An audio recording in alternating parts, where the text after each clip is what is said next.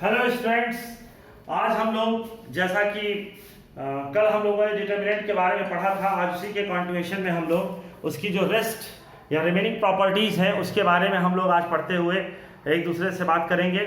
और उस प्रॉपर्टी के अलावा जो हम लोग के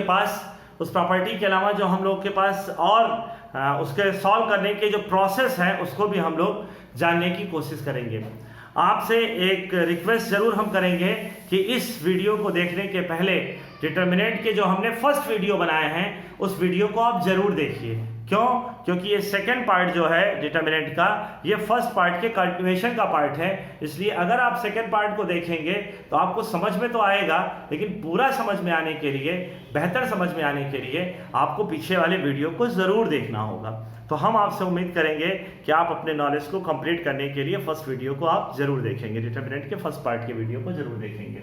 आइए, हम लोगों ने जो प्रॉपर्टीज डिस्कशन किया था उसमें हम एक बार रिकैप कर देते हैं, पूरी बातों को समझाने की कोशिश करते हैं, फिर हम आपको नेक्स्ट प्रॉपर्टी के बारे में और डिस्कशन करने जाते हैं। तो देखिए, सबसे पहला प्रॉपर्टी हम लोगों ने क्या जाना था कि अगर किसी हम वन बाय वन प्रॉपर्टी को इसलिए बता रहे हैं बेटा कि जिससे कि आपको इस क्लास का पूरा मोटिव क्लियर हो।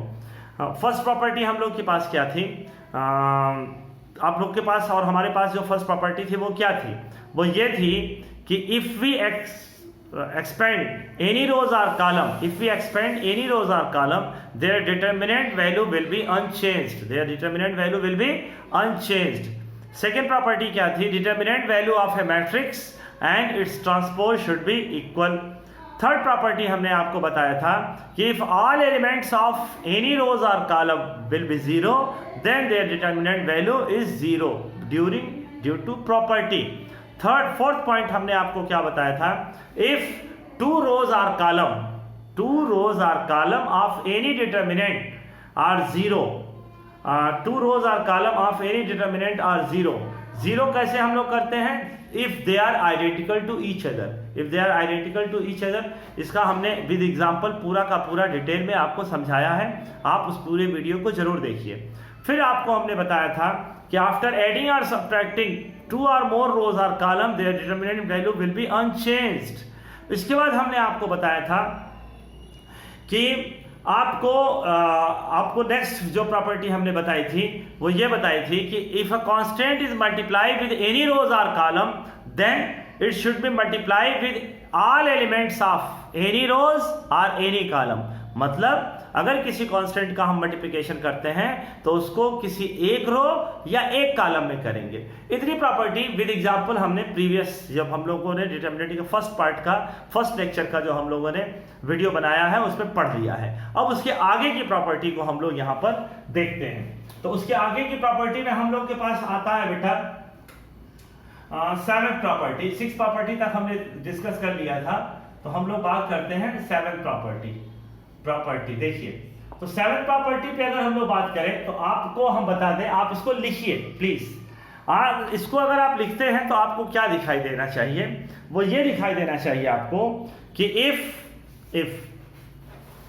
if we interchange two consecutive rows or column, then their determinant value will be unchanged, but their sign will be changed. उसके डिटर्मिनेंट वैल्यू पे कोई फर्क नहीं पड़ता है, लेकिन उसका साइन चेंज हो जाता है। यहां पे हम आपको एक बात आपके दिलो दिमाग को एकदम बैठा देना चाहते हैं कि their determinant value unchanged but sign will be changed. Some students understand about that sign will be changed means it will be negative. No, it will be not negative. If already their value will be positive, then next result will be negative. If negative already value, then next result will be positive. अगर पहले हमारा negative मिल रहा था तो अब positive मिलेगा, पहले अगर पॉजिटिव मिल रहा था तो अब नेगेटिव मिलेगा। ये दिमाग में आपको रखना है। आइए हम लोग बात करते हैं यहाँ पर डिटर्मिनेंट वैल्यू के इस प्रोसेस पे। जैसे अगर हमने आपको एक क्वेश्चन दे दिया, जरा देखिएगा 3, 4, 5, 7. Look here very carefully. 7 3s are 21, 5 4s are 20. Then the result will be 1.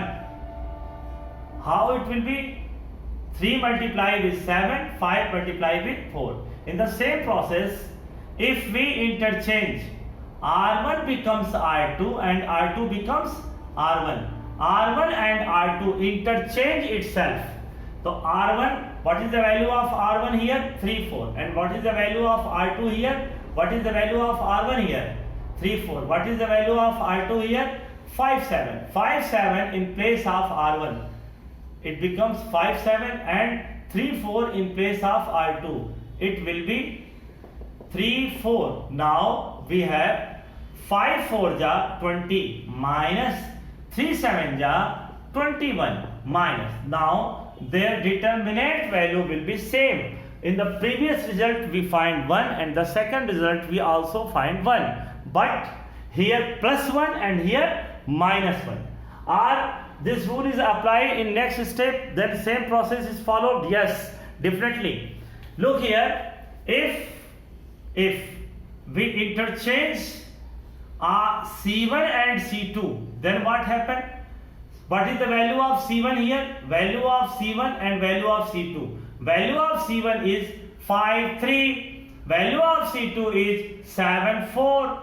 C1 becomes C2 and C2 becomes C1. This is called interchanges between first column and second column. Now second column become first column and first column become second column. Now that will be 7 3s are 21, 4 5s are 20. Now again the sign, the value of determinant is same, but their sign will be changed. Then what happened? If we again apply changes between rows, now R1 becomes R1. Look here, R1. R1, what is the value of R1 here? 7, 5. It will be 7, 5. R2 becomes 7, 5. What is the value of R2 here? 4, 3. It will be R1. That will, therefore 4, 3. 5, 4 ja 20. 7, 3 ja 21. Here minus 1 again. It means if we interchange two consecutive rows. What is the meaning of consecutive? Most important thing is that. What is the meaning of consecutive? Consecutive means very simple. Just after or before. Just after or before. For example, R1 is the first column. Their consecutive column is R2. R2 is second column. Their consecutive column is either R3 or R1. If we interchange R2 in place of R3, then sign will be changed. If we interchange R2 in place of R1, then sign will be again changed. But R1 and R3 is not consecutive. R1 and R3 is not consecutive. It means consecutive means very clear. आपको हमने समझा दिया कि consecutive का मतलब बहुत simple होता है कि consecutive का मतलब क्या होता है बेटा? एक रो के जस्ट बाद वाला या पहले वाला. R1 का consecutive कौन? R2. R2 का consecutive कौन? R3 या R1. R3 का consecutive कौन? R4 या R2. अगर R4 है आप कहेंगे सर 3/3 ऑर्डर का बताइए, तो हम 3/3 ऑर्डर के एक एग्जाम्पल से इस बात को आपको समझाते हैं. हम इसका प्रोसेस कैसे चेंज होगा हम आपको वो पूरी बात समझाने जा रहे हैं. तो जरा आप लोग इसको भी ध्यान से देखिएगा. मोस्ट इंपॉर्टेंट कि अगर आपको हमारी बात में कहीं कोई तकलीफ होती है, परेशानी होती है, तो हम आपसे रिक्वेस्ट करते हैं कि आप कमेंट के थ्रू, और अगर अच्छा लगता है तो भी कमेंट के थ्रू, कुछ आपको समस्या आती है तो भी कमेंट बॉक्स में आप अपनी प्रॉब्लम को हमसे जरूर शेयर करिए, क्योंकि नेक्स्ट वीडियो बनाते में हमको जो आपका इंस्पिरेशन मिलता है वहां से चीजों को करना आसान होता है. तो चलिए, here R1 becomes R2 and R2 becomes R1. What is the value of R1 here? Value of R1, it will be known as value of R2. R1, in place of R1 we have PQR is already unchanged because changes between R1 and R2. हमने किस पे changes करने का decision लिया बेटा? R1 और R2 में. तो R3 से क्या फर्क पड़ता है उसको नोट कर लिया जाए. तो R1 की जगह पे कौन है? A B C. ये किसकी जगह पहुंचना चाहिए? A B C. Now LMN अब आप देखिए डिटर्मिनेंट वैल्यू जो इसका मिलता है, ये अगर ये आपका मिलता है k, तो इसका भी रिजल्ट क्या मिलेगा k, इसका मिलता है आपका t, तो इसका भी क्या मिलने वाला है t, but sign will be change for to maintain their equality. यहां पर हम प्लस हैं तो यहां पे हमें माइनस करना होगा। अब सपोज कीजिए if we change R2 and R3 then PQR, तो PQR R2 एंड R3, तो R2 एंड R2 में इंटरचेंज, तो PQR becomes R2 and ABC becomes R1, here L M N. Now sign is again changed, negative becomes positive. If we interchange between C1 and C2, what is the value of C1 here? LPA. Value of C2 here MQB. Now it will be MQB here LPA, and now it will be NRC. Or their sign again negative. If we interchange between C2 and C3, then what happened? What is the value of C3 here?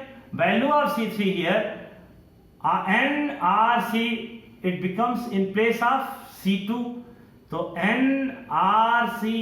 LPA here MQB.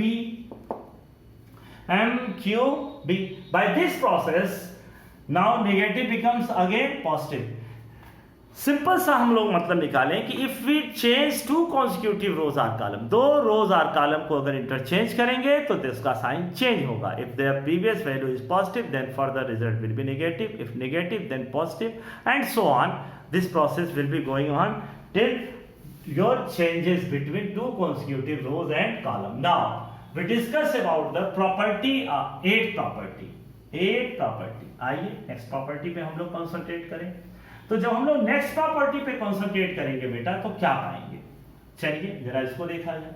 जब next property पे हम लोग concentrate करेंगे तो ध्यान दीजिए, if we have two rows A plus B, C plus D and E F. Now this determinant is break in two parts. Here there are two unchanged EF, but AC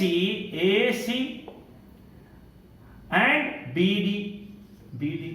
This process which break a determinant in their addition form or in subtraction form. In the same process, अगर आपके पास इस तरीके का कोई determinant है, आप इसको दो अलग अलग डिटर्मिनेंट में ब्रेक करना चाहते हैं, तो आप R2 पे कोई चेंज नहीं करेंगे। You never change there those rows or column which have is constant. But A plus B, C plus D, A C first second को लेके हम यहाँ पे करते हैं। सपोज कीजिए कि हमारे पास यहाँ पे मिलता है, सपोज कीजिए P minus Q R minus M और यहाँ पे LN, then LN unchanged, LN, but here minus sign, then we have PR and it will be minus QM. If you have such type of problem, A plus B, C plus D, P plus Q, L plus M, then first of all you break here, P plus Q, L plus M will be unchanged, P plus Q, L plus M unchanged, here A, C, B, D. Again it will be changed in two parts, here AC unchanged, PL, QM plus here BD, PL, BD, QM, and this process we change this determinant in how many parts? 4 parts. इस तरीके से किसी determinant को कैसे break किया जाता है या कैसे कंबाइन किया जाता है, हमें उम्मीद है कि ये बात आपको समझ में आ गई। अब आप कहेंगे कि सर प्रॉपर्टी तो हम लोग समझ में आ गया, जरा कुछ क्वेश्चन भी लगाया जाए। तो बेटा क्वेश्चन में आपके एनसीईआरटी का जो एक्सरसाइज है उसका हम एक एक क्वेश्चन आपको बता देंगे, एक एक question, not any one question leave in this exercise. हम हर सवाल बताएंगे, आप उसको ध्यान से जरूर देखिएगा और लगाइएगा खुद से।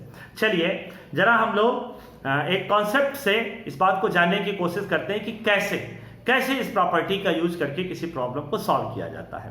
हम एक बात कहते हैं कि अगर 1 1 1 आ जाए तो आप बहुत दिमाग बैठा के रखिएगा कि सर ये तो क्वेश्चन सॉल्व कैसे, जो आपको प्रोसेस बताने जा रहे हैं। आइए आपको ये बात समझ में आ गई होगी। जैसे अगर हमने एक क्वेश्चन आपको बताया इसको सॉल्व करने का, तो जरा इसको देखा जाए क्या है भाई इस क्वेश्चन में। देखिए बेटा इस क्वेश्चन में हम लोग के पास है, जैसे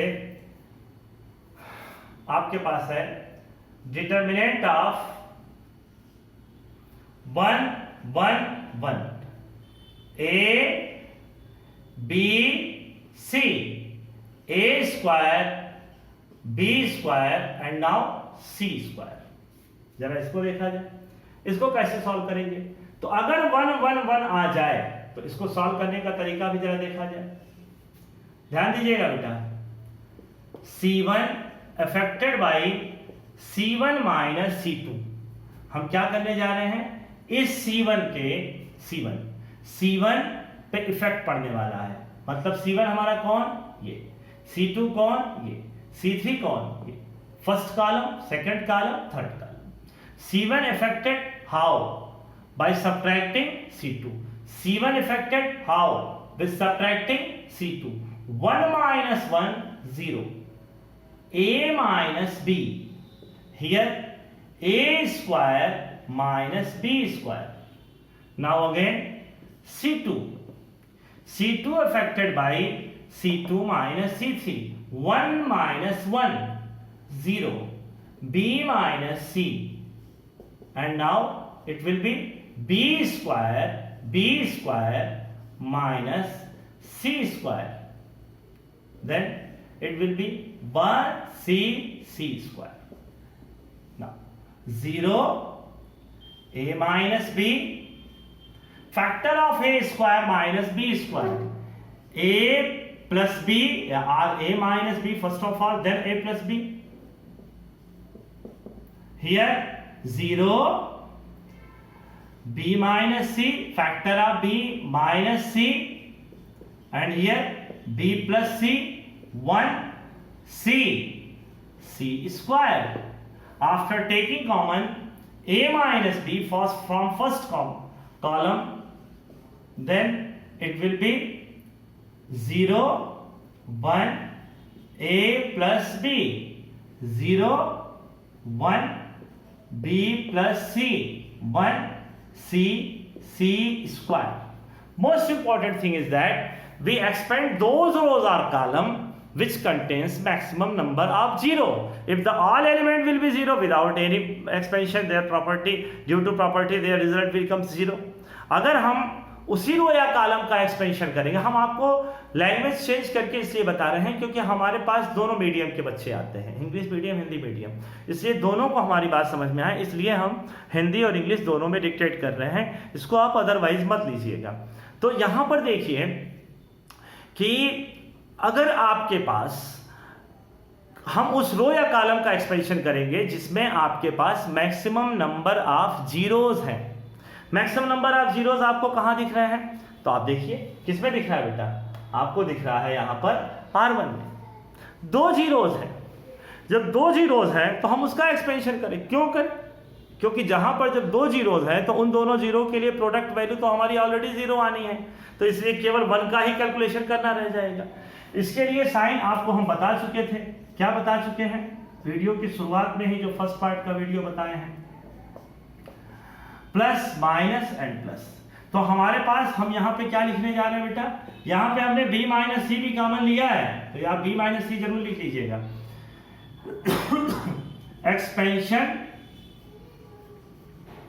एक्सपेंशन ऑफ R1। अब जब एक्सपेंशन ऑफ R1 करोगे तो जरा देखो यहाँ पे क्या मिला, a minus B, b minus C. अब देखो R1, तो जरा ध्यान देना बेटा, इसके लिए 0, फिर R2 के इस एलिमेंट के लिए -0 + 1 1 के लिए। अब 1 से जाने वाले रो और कॉलम को ओवरलैप करो, तो क्या मिला, 1 1 1 1 a plus b and here b plus c. Then what happened, a minus b minus c, और यहां पे b plus c, यहां पे -a minus b. Now b cancel out, their result becomes a minus b minus c and c minus a। आपको ये पूरा process समझ में आ गया होगा, हम ऐसी आपसे उम्मीद करते हैं। और अगर आपको कोई प्रॉब्लम आती ही है, सपोज कीजिए, तो आप अपने कमेंट बॉक्स पे हमें जरूर दीजिए। आज हम आपको एक प्रैक्टिस क्वेश्चन के लिए एक क्वेश्चन आपको देते हैं, जो आप खुद से लगाने की कोशिश जरूर करिएगा। और अगर आपको प्रॉब्लम आती है तो आप हमको कमेंट बॉक्स में कह दीजिएगा कि सर इस क्वेश्चन को भी सॉल्व कराइए। क्या 1 1 1 हियर a स्क्वायर, हम आपको पहले इस क्वेश्चन को रब कर देते हैं जिससे आपको ये क्लियर हो कि सर क्वेश्चन क्या दे रहे हैं। देखिए, आपको एक प्रॉब्लम सिंप्लीफाई करने के लिए दे रहे हैं बेटा। वो प्रॉब्लम क्या है ये आपको समझ में आ गया होगा। और वो प्रॉब्लम क्या है, वो प्रॉब्लम है 1 1 1 a square a cube, b square b cube and c square c cube. आप इसका फैक्टराइजेशन या सिंप्लीफाई करेंगे। आप इसको क्या करेंगे, सिंप्लीफाई। किस तरीके से, जैसे अभी हमने आपको बताया है। तो सिंप्लीफाई आप कर लीजिएगा, हम उम्मीद करते हैं कि आप इसको बड़े आराम से कर लेंगे। जरा ध्यान दीजिए, हम इसके राइट हैंड साइड को जानबूझ के नहीं लिख रहे हैं बेटा, क्योंकि राइट हैंड साइड लिख देने से क्या होगा कि आपको ये विजिबल होना शुरू हो जाएगा कि सर ये लाना है। तो वो लाना है तो रूल रेगुलेशन चेंज करके भी लोग उसको लाने की कोशिश करेंगे। लेकिन हम चाहते हैं कि आप एक जो हमने आपको प्रॉपर्टीज बताई है, जो रूल्स बताया है, अभी एक क्वेश्चन जो सॉल्व कराया है, उसी पैटर्न से आप क्या करें कि आप मैक्सिमम नंबर ऑफ 0 पाने के लिए 1 - 1 मतलब यहाँ पे 0 लाएं। इस थोड़ा सा हिंट आपको देते हैं, इस R1 में इस R2 को सब्ट्रैक्ट करिए, फिर इस R2 में फिर R3 को सब्ट्रैक्ट करिए, फिर कॉमन लीजिए, सब्ट्रैक्ट करिए, कॉमन लीजिए। और जो कॉमन हो रहा है, कॉमन लेने के बाद जो बच रहा है उसको आप देखिए कि क्या इसमें और कुछ कॉमन हो सकता है आफ्टर सब्ट्रैक्शन या आफ्टर एडिशन।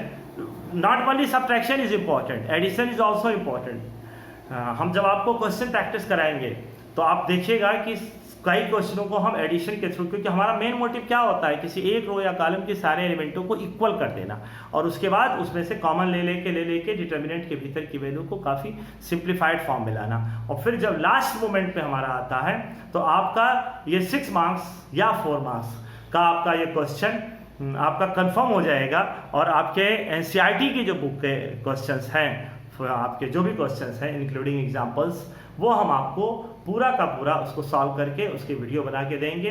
अगर आपको हमारा ये प्रयास आपको अच्छा लगता है, आपको समझ में आता है, तो आपसे हमारा रिक्वेस्ट है कि आप हम लोग का जो चैनल है स्टेप्स मैथ्स क्लासेस, उसको आप सब्सक्राइब करिए, शेयर करिए और लाइक करिए। क्यों? क्योंकि ये हम लोग के लिए इंस्पिरेशनल होता है और चीज़ों को और बेटर तरीके से रिस्पांस करने के लिए, डिलीवर करने का हम लोगों को सपोर्ट देता है। आप हमारे साथ पूरे वीडियो को बहुत ध्यान से देखें, कंसंट्रेट होकर समझें, इसके लिए आपका बहुत बहुत धन्यवाद। Thank you very much.